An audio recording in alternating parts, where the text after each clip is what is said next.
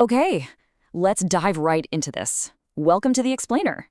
Today we're taking some pretty complex coral care guides and breaking them all down into crystal clear, actionable steps. We're tackling a massive and honestly super exciting milestone for reef aquarium hobbyists, jumping headfirst into the world of SPS corals. Specifically, we're going to figure out how to master two of the absolute most popular beginner-friendly varieties out there, Montipora and Acropora. So if you've been staring at those beautifully vibrant branching structures at your local fish store and kind of wondering how to get started yourself, well, you are in exactly the right place. But right off the bat, let's address the elephant in the room here. Are you actually ready for SPS corals? Look, I know there's a serious intimidation factor. A lot of reef hobbyists start out with soft corals or LPS, large polyp stony corals, because, well, they're famously forgiving. Making the leap over to SPS, it can kind of feel like stepping out onto a tightrope without a net. You've probably heard the horror stories, right? Sudden coral loss, frustrating algae blooms, the whole shebang. But hey, I want to assure you, by the end of our time together today, you're going to have a really clear, structured roadmap that completely demystifies the whole process. So, let's start with a really clear definition. SPS stands for small polyp stony corals. Now, these corals, they will absolutely reward your patience with incredibly fast, vibrant growth. Honestly, watching that skeletal structure build up in your own tank is it's super rewarding. But the trade-off is that they are simply way less forgiving than your standard soft corals. They demand a bit more of your attention, a bit more precision. But trust me, that rapid growth is entirely worth the effort once you wrap your head around their rules. Okay, here's our game plan for today. We'll start off with the SPS Coral Challenge, then we'll compare Montipora and Acropora.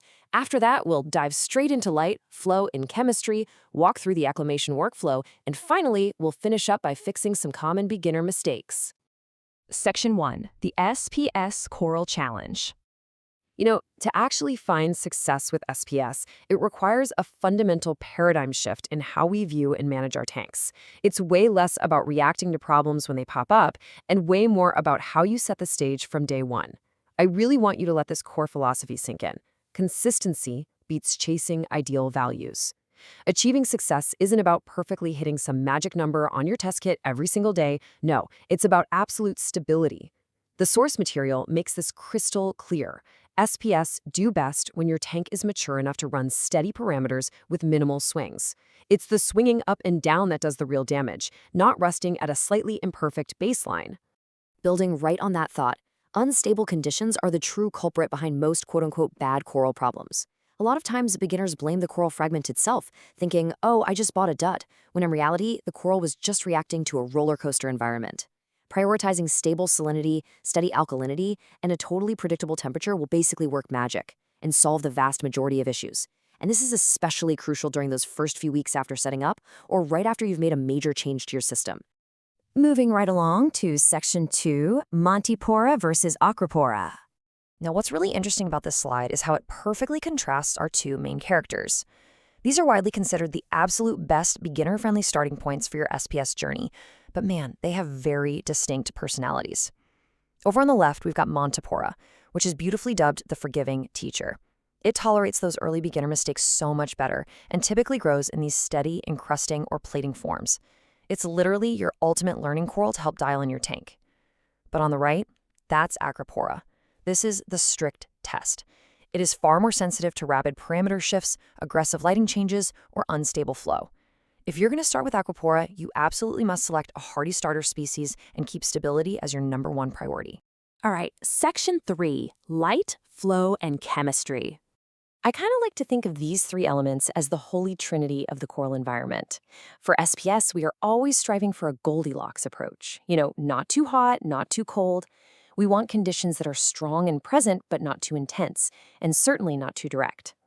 Starting with lighting, both Montipora and Acropora need strong, stable light, whether you're running T5s, LEDs, or a mix of both.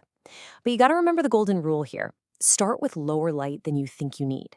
If you place a brand new frag under blazing intensity right out of the gate, it's probably gonna bleach. You have to use a gradual acclimation schedule. Start it lower and then slowly increase the intensity over days or weeks, watching the coral's polyp extension, its color stability, and its tissue thickness to guide your adjustments. Okay, next up in our trinity is flow. SPS corals need strong, indirect, sweeping flow. Think of this flow like the transportation system of the ocean. It brings vital oxygen and nutrients directly to the coral's surface. But listen, you absolutely must avoid blasting a single point directly with high velocity. You do not want to sandblast your new coral. No way!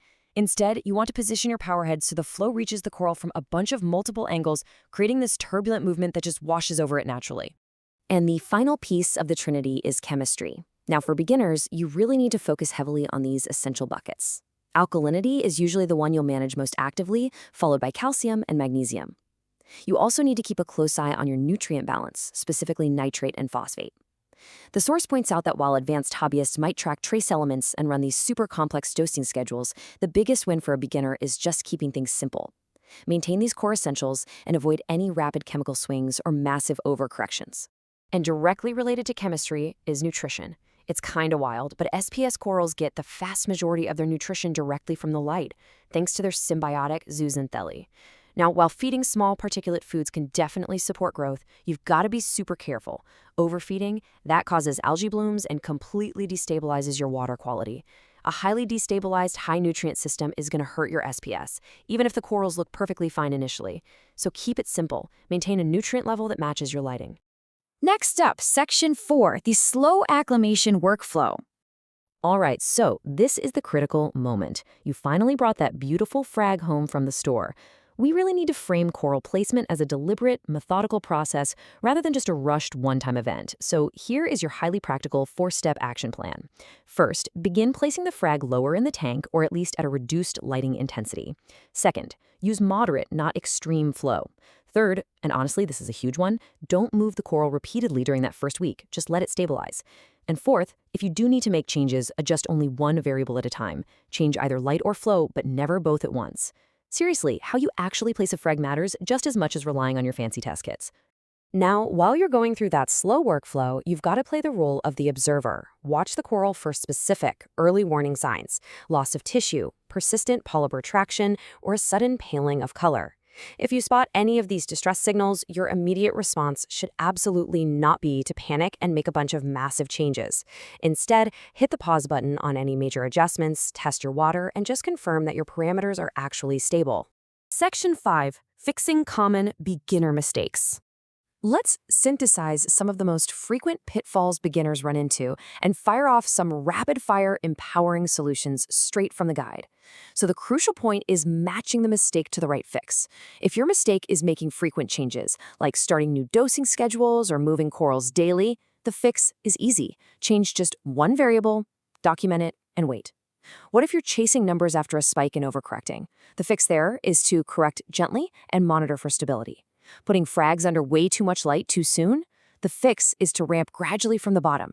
And finally, if you're pointing strong direct flow right at a frag, simply adjust your power heads to aim for that turbulent indirect flow we talked about earlier.